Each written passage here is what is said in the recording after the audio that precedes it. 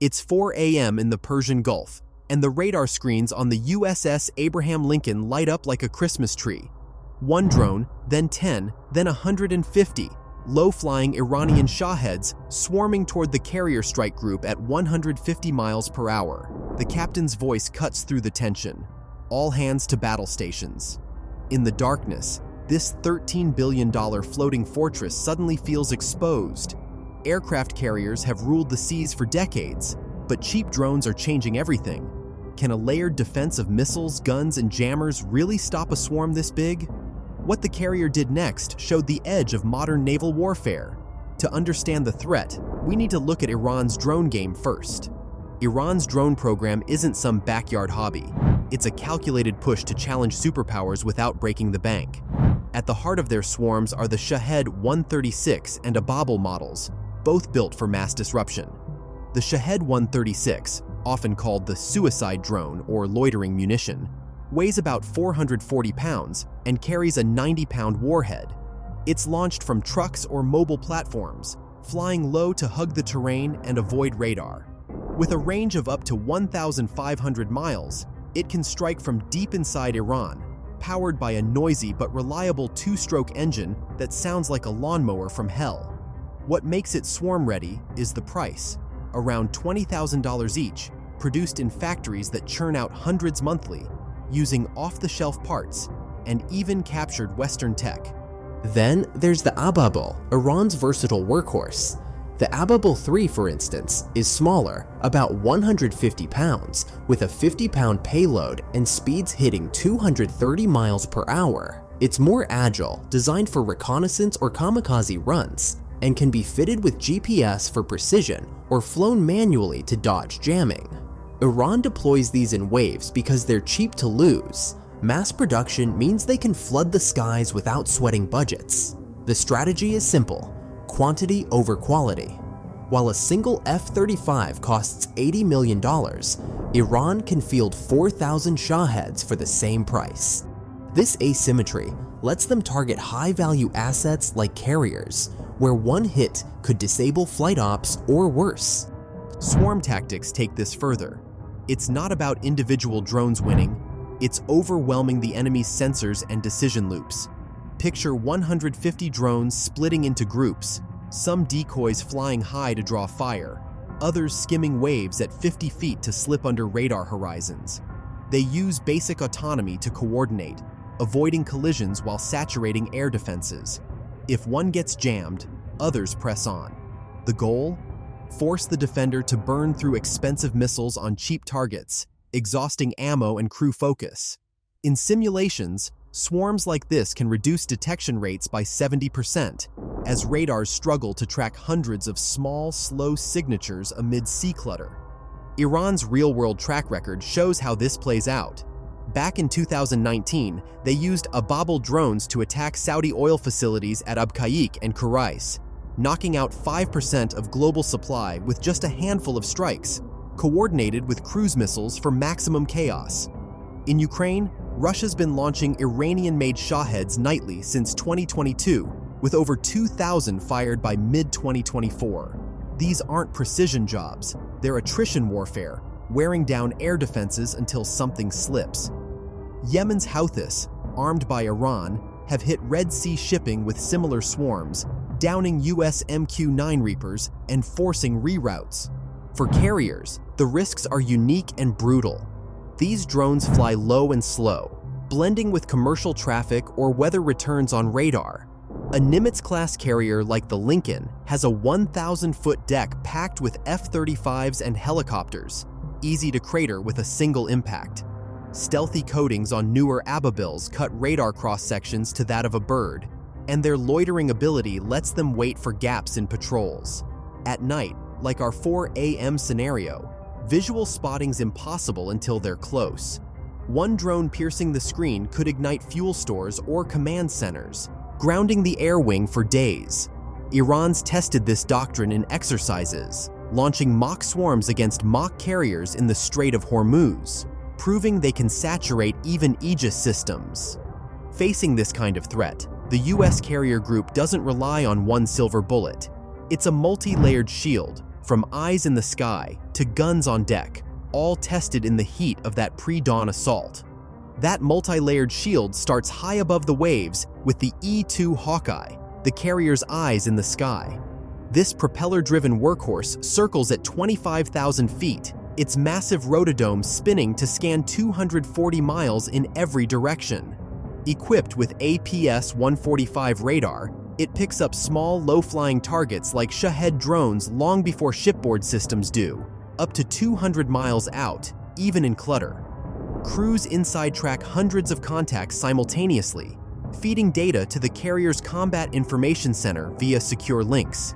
In a swarm scenario, the Hawkeye acts as the quarterback, vectoring fighters or alerting escorts while its infrared sensors spot heat signatures from drone engines against the cold sea. Without it, the group would be blind to threats hugging the horizon. Once detected, the outer layer kicks in. Aegis destroyers like the Arleigh Burke class, armed with SM-6 missiles. These 21-foot wonders launch vertically from the destroyer's cells, climbing to 100,000 feet before diving on targets at Mach 3.5. The SM-6 isn't just for aircraft. Its active radar seeker homes in on drones, with a 150-mile range that lets it engage swarms before they close. Integrated with the Aegis combat system, it uses cooperative engagement. Radars from multiple ships share tracks to avoid overload. In tests, a single Burke has downed 16 cruise missiles in salvos, proving it can thin a drone wave from afar. But ammo's finite.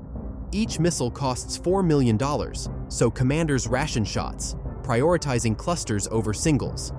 As drones punch through, mid-range defenses take over, but the real drama unfolds close in with Phalanx CIWS and CRAM. The Phalanx is a radar-guided 20mm Gatling gun on the carrier's deck, spitting 4,500 rounds per minute, enough to shred a drone at 1,500 yards. It autonomously tracks and fires in seconds, its FLIR spotting incoming threats day or night.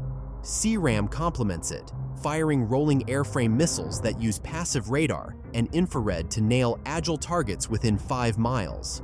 These 5-inch rockets deploy chaff and flare mid-flight for evasion, ideal against evasive ababills. Together, they form the last line, covering the carrier's vulnerable flanks where missiles might miss. None of this runs on autopilot. Electronic warfare weaves it all together. The SLQ-32 system on destroyers and the carrier's own jammers flood drone frequencies with noise, disrupting GPS and command links. Newer setups like the next-generation jammer spoof signals, making drones think they're off course or circling endlessly. This soft kill approach saves ammo, with decoys like Nulka inflating radar returns to draw fire away.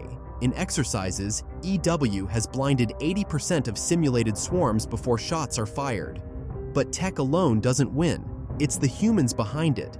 Carrier crews train relentlessly in scenarios like this, months at sea, drilling layered intercepts, from the captain's split-second calls to the CIWS operator's steady hand. The strike group commander weighs risks. Launch FA-18S for air cover or conserve them. Decisions ripple fast, with red teams simulating Iranian tactics in live-fire drills. This blend of machine precision and human grit turns potential chaos into controlled response. Now imagine these systems pushed to the limit in a real 4 a.m. assault, where every second counts. It's 4:02 a.m., and the first radar ping echoes through the E-2 Hawkeye's ops station, orbiting 200 miles out. Bogies inbound, bearing 090, low altitude, the radar operator reports, voice steady but urgent. On the USS Abraham Lincoln, klaxons blare, red lights flood the CIC, Combat Information Center. The captain, eyes on the main screen showing a growing blob of 150 contacts, orders general quarters. Crews scramble, pilots to ready rooms, missile techs to VLS cells on escorting destroyers. The swarm's 120 miles off, Shaheds and Ababils hugging the Gulf's choppy surface at 100 feet, engines droning faintly over the waves. No warning, no declaration, just Iran's calculated probe, testing the carrier's resolve in the tense waters near the Strait of Hormuz. By 4:05, the Hawkeye feeds precise tracks to the Aegis network.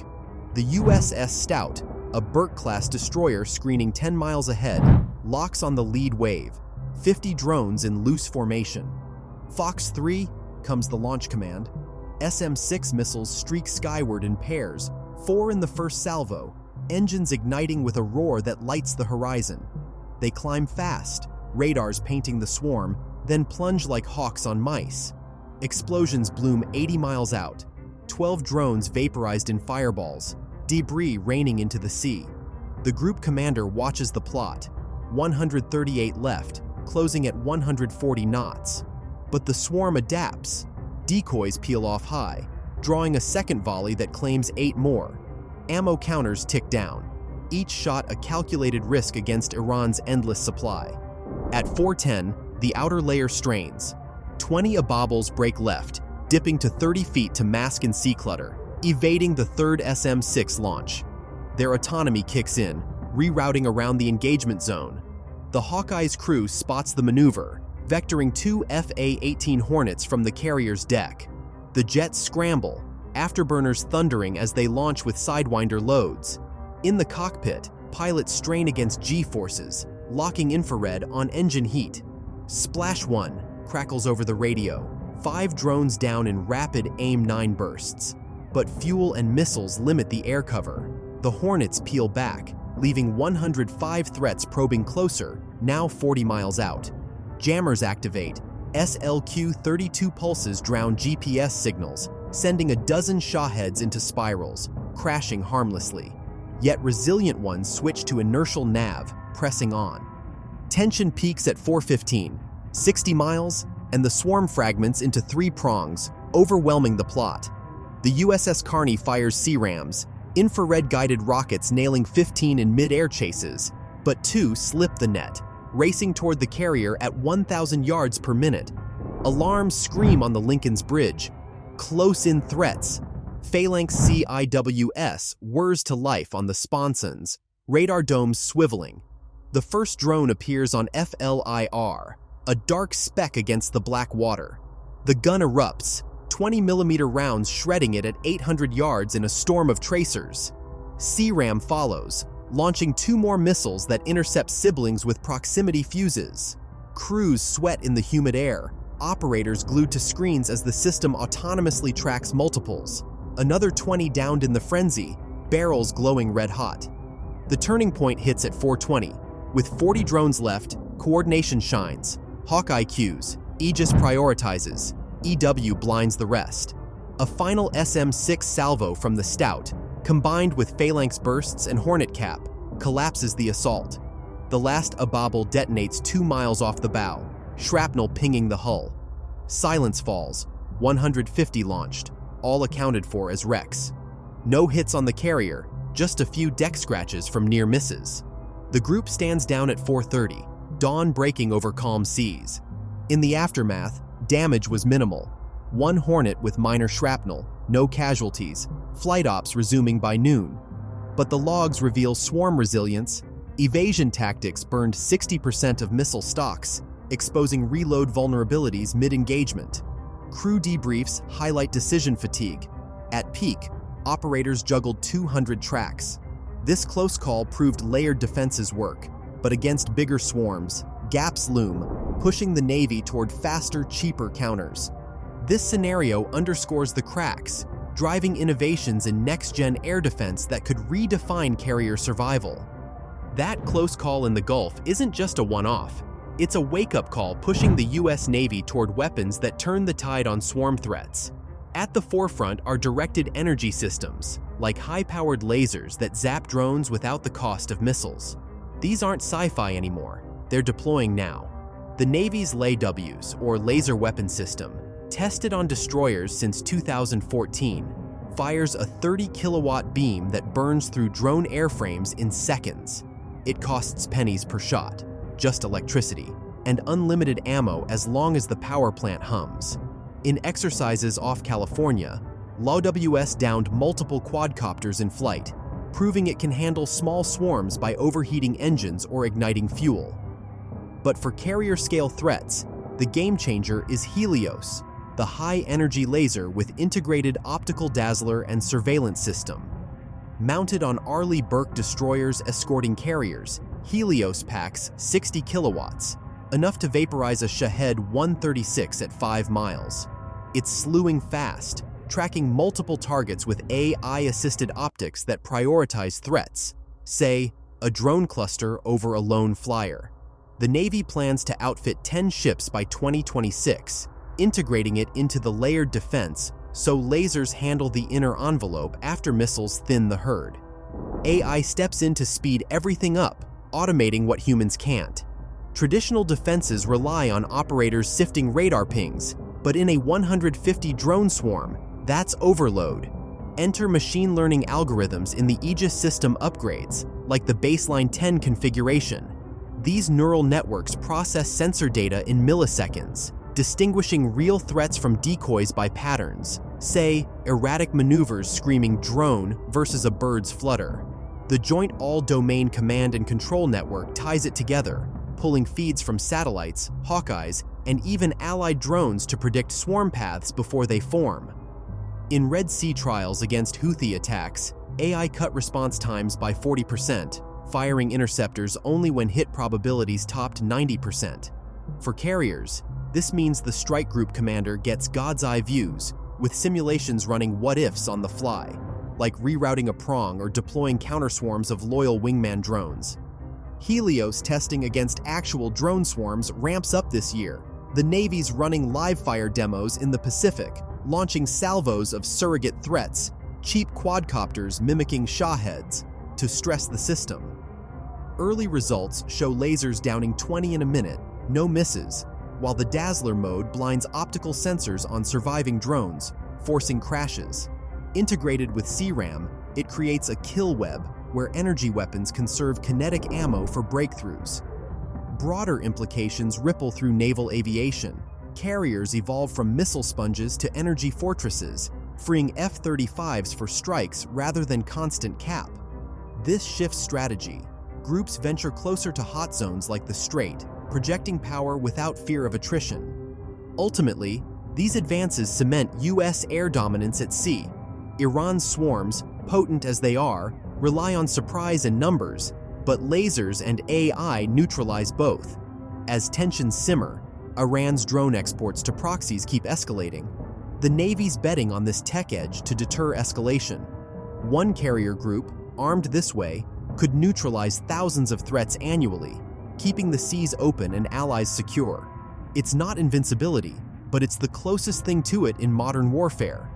The layered defenses that stopped that 4 a.m. swarm didn't just save a carrier, they proved U.S. naval tech's resilience against asymmetric threats, reshaping how superpowers face low-cost hordes. Subscribe to Military Air for more breakdowns on air power innovations that keep the edge sharp. Next, we dive into stealth fighters rewriting the rules of aerial combat. Don't miss it.